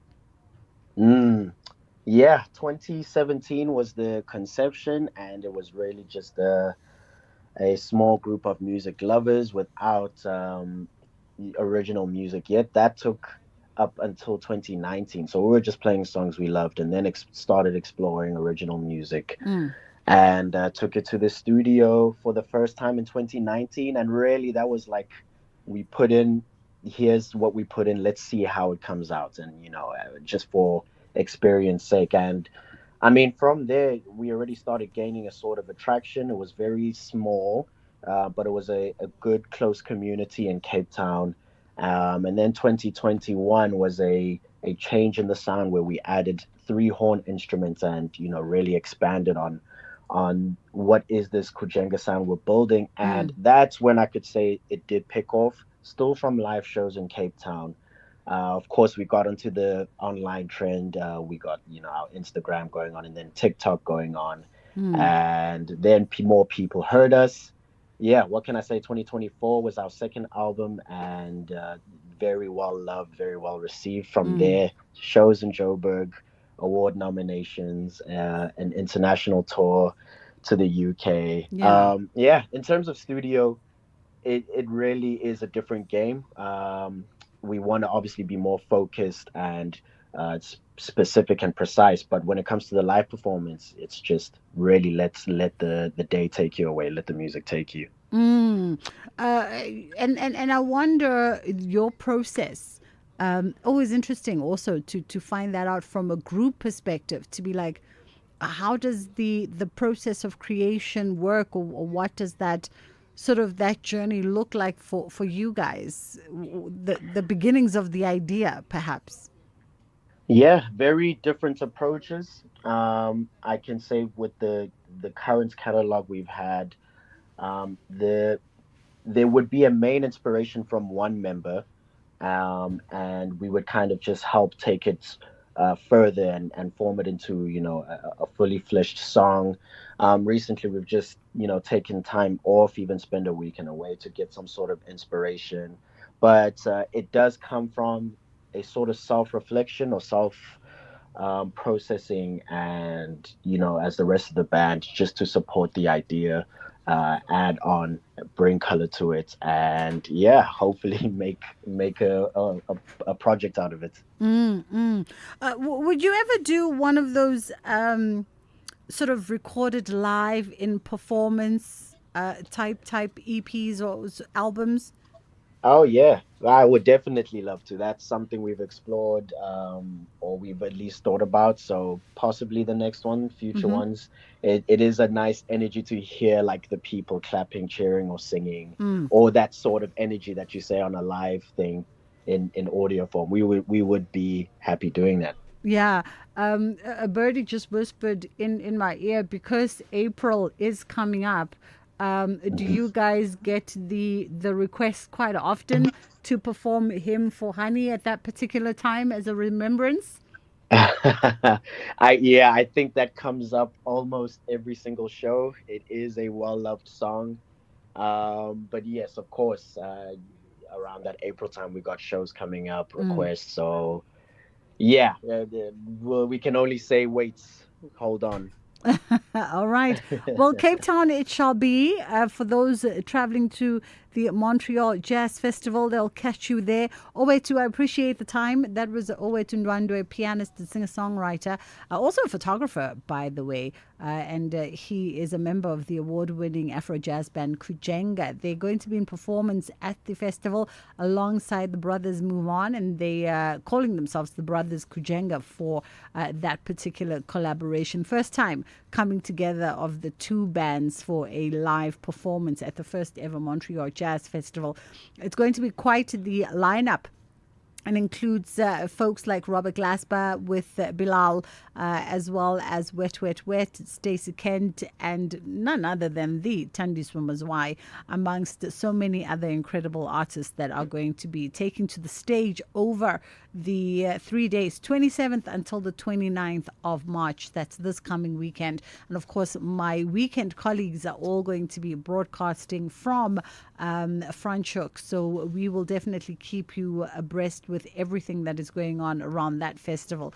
It's time for us to say goodbye. Thank you so much for lending us your ear and being a part of the conversation. Remember, we've placed some homework in your lap, and that is to our earlier conversation around planning for the inevitable. So if you haven't yet sat down and given thought as to what should happen in your passing, whether it's matters around your burial and what are your wishes around there, matters around your estate, your assets, who you would like to get what, in what portion, in what percentage. This might be the time. This is the reminder for you to actually sit with that thought for a couple of days. Draft out some of your ideas, some of your thinking, and maybe go see the respective, be it a lawyer, be it a banker, be it your financial person who's in a position to help you articulate that in a document. That's it from us. We'll see you tomorrow. Thank you so much for being a part of our conversation. Inshallah, God willing, we get to do it again.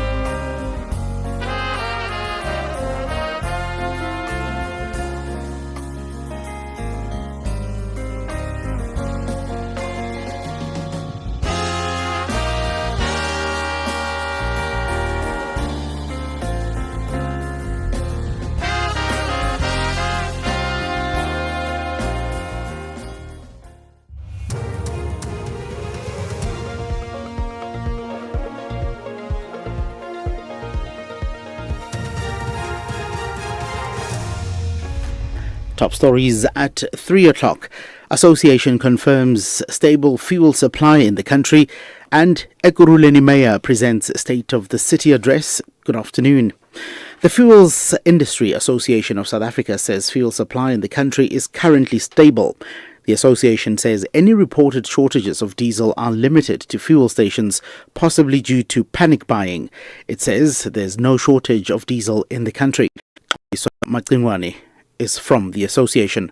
As an industry, we maintain our local stock levels, and industry continues to import from a range of countries, which then helps mitigate risks. While global conflicts may cause short-term disruptions, a full scale of shortage is currently unlikely unless the war escalates significantly and international supplies decline.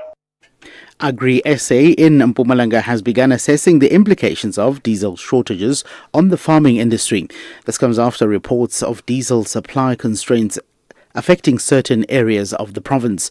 In Hectorspruit, a fuel supply company has indicated that it's currently facing low diesel reserves due to delays in resupply, among other things. Agri-SA Mpumalanga Executive Manager Robert Duffel. The national organization, they are busy with a survey to get enough data and for their discussions with the fuel industry to find a solution. But what I can tell you is that the current shortage of diesel do have a real bad impact on the agricultural sector, because we cannot carry on with our daily tasks. Our farmers, our producers do have a big challenge. Don't help us to have the produce harvest, but you cannot put it or send it to the marketplace.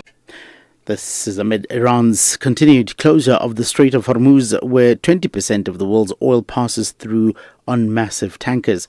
Tehran has reportedly received via intermediaries in Pakistan a 15-point US plan towards a ceasefire in the war with Israel and the United States. Iran has denied President Donald Trump's assertion that talks between the two countries had been ongoing. Sean Bryce Peace reports.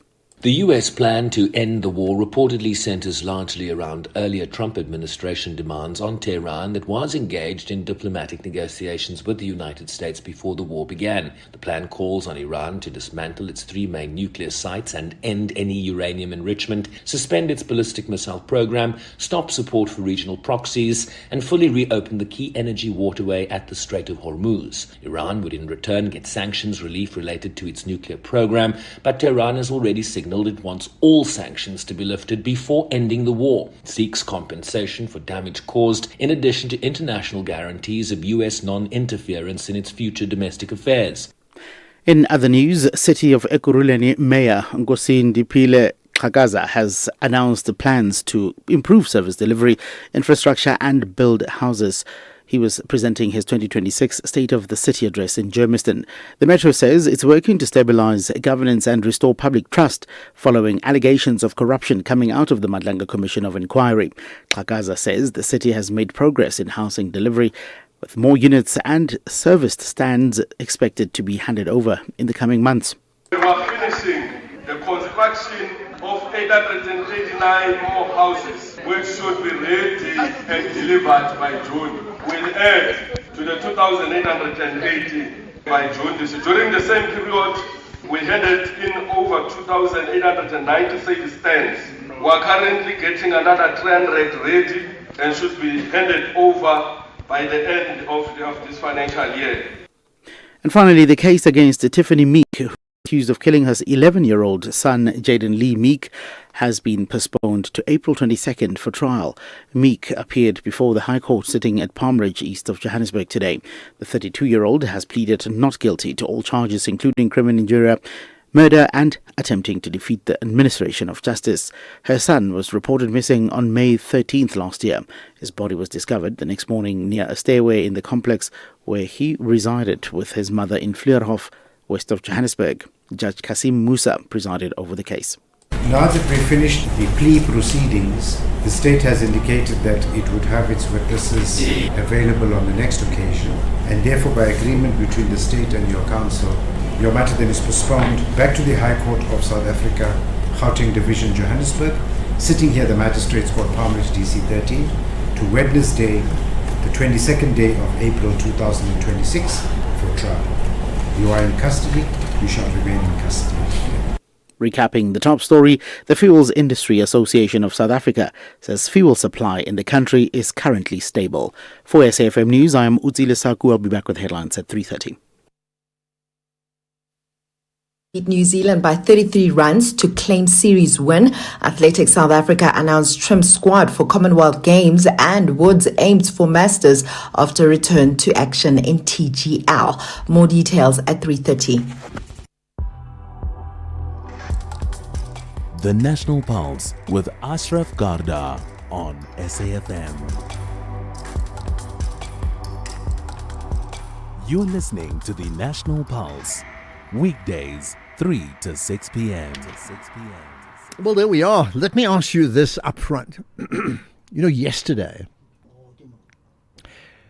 we had this fascinating conversation about how you've spent your time following the Madlanga Commission. And I was just amazed how many people are it's like a 9-to-5 job, right? So today, let's go a step further. The fact that there's no 9-to-5 job anymore, at least till the 7th of April, because there's no Madlanga Commission. You don't have to tell me that in terms of how you've spent your time. What I want to know is what's your survival plan? What's in your survival toolkit to cope with 2 weeks without the Madlanga Commission? Share it with me. You must have a plan. You must have a plan. To call in live when we open those lines, 086 000 2032. To WhatsApp, text or voice note, 0614 104 107.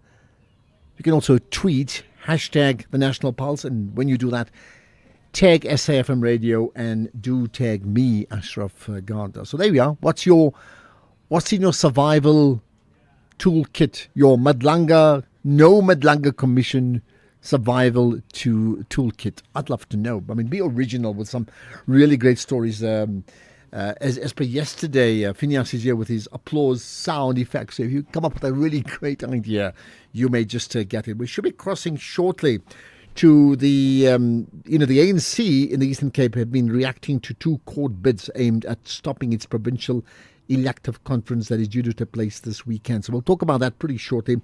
Then what about the US-Israel war on Iran? When I spoken to Tembisa Pakude the other day, I remember he said, this should all be over in 2 days. It's not over, is it? But what's happened? There's been peace, truce, ceasefire proposal from Trump, then Iranians saying no such thing. It's just so complicated. Who do you believe around that issue? We'll also be talking, because we need to do this, the voter participation survey as we build up to local government election. You see, it's very different today because we have this unique situation of no Madlanga Commission. So it's our survival toolkit. We can do many other things. Later on, we'll have the Ekurhuleni State of the City address. We'll cover that story. And perhaps the most dramatic story overnight, that story of 12, not one, but 12 high-ranking police officers and a company director arrested in connection with the awarding of an irregular 360 million rand tender to the attempted murder accused tenderpreneur Vusi Muzi Kat Matlala. And one of them, Fani Masimola, served with summons in connection to that story. It's the most dramatic story overnight. The other has been that fire to this historic building in Mthatha in the Eastern Cape, the Buerta Cow building as well. So we'll talk about all those things. But listen, just for now, as we should be crossing to the Eastern Cape, but that particular court hearing is still in court, so we can't talk about it right away. It does give me an opportunity, therefore, to perhaps engage you, maybe to start with something light just for the moment. What's in your survival toolkit? What's in your Madlanga Commission or no Madlanga Commission survival toolkit? So let's hear it from you. I certainly want to know what you think. Also, I always tell you, we're open to conversations and suggestions that you have. Now, firstly, you must catch the podcasts of what we do. So all the podcasts are available, safm.co.za. You can then go to podcast and then you'll find the category, the National Pulse, right? That's the one thing that you can do. But the other is feel free with suggestions to make. I mean, if you listen to the show right now, as you are, clearly there are things that you like, right? I hope so. But there are other things you'd like more of. Like, what are we missing? What would you like us to cover more of? Keeping in mind, when we've had the Madlanga Commission and the Ad hoc Committee, we've certainly given quite a bit of attention to that up to now, understandably so. But having said that, when we have these openings now, we then go back to normal show. So in normal show, what is it that you think we should be talking about? Now, by the way, talking about the USA, listen to this one. And it comes from a significant reporter who says, even the White House, off the record, these so-called talks are nowhere near being fully thought out or meetings being scheduled yet. Now, that comes from Christiane Amanpour, who spoke on a channel in England, right, suggesting that any talks of a deal being made has not been made. And many are making the point that this was a ploy by Trump because of the volatility of the markets and just to stabilize the markets even for a few days because they needed that. Yeah. So you can comment on that too. I'm sure you have thoughts on that too, right? What we'll do now, there's the State of the City address in the region of Ekurhuleni, which we're going to touch on next. Wherever you are in the world, SAFM 104 to 107 is accessible. We're also streaming live on Facebook, X, and YouTube at SAFM Radio. We acknowledge and appreciate everyone tuning in and watching our streams. Stay with SAFM 104 to 107 as we bring you commission live, breaking stories, and thought-provoking lectures. SAFM, leading the conversations that move us. So you thought you were building a business in this economy, but day by day, somehow it grew. You kept going when the freezer didn't freeze, the bucket didn't budge, and the bank balance barely blinked. So you thought you were building a business. You weren't. It was building you. Because this isn't just what you do anymore. It's who you are. And you don't trust just anybody to protect it. Chat to your broker about Old Mutual Insure Business Insurance. Protect what built you. Old Mutual Insure Limited is a licensed FSP and non-life insurer. This February, fall in love with food that tells a story. From bold new culinary stars to untamed destinations and unforgettable flavors. Gordon Ramsay brings passion, pressure, and purpose to your screen. Gordon Ramsay Uncharted, Sundays 5 p.m. Only on S3. Open up.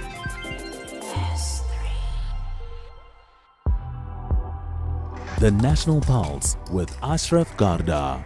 Weekdays, 3 to 6 p.m. So listen, if you're in the Eastern Cape, you can perhaps give us your own thoughts on this one. But the point is, at this point in time, the ANC in that region reacting to two court bids, with the aim of stopping the provincial elective conference due to take place this coming weekend. Now, we'd hoped to cover it right away, but that's not happened because from the ANC perspective, the legal team only now presenting their arguments. That's going to go on for a while, but if and when the opportunity comes up, we will chat about that. So we'll chat to Tembisa Fakwede shortly. In the meantime, well, what about the Kuruleni region? Let's talk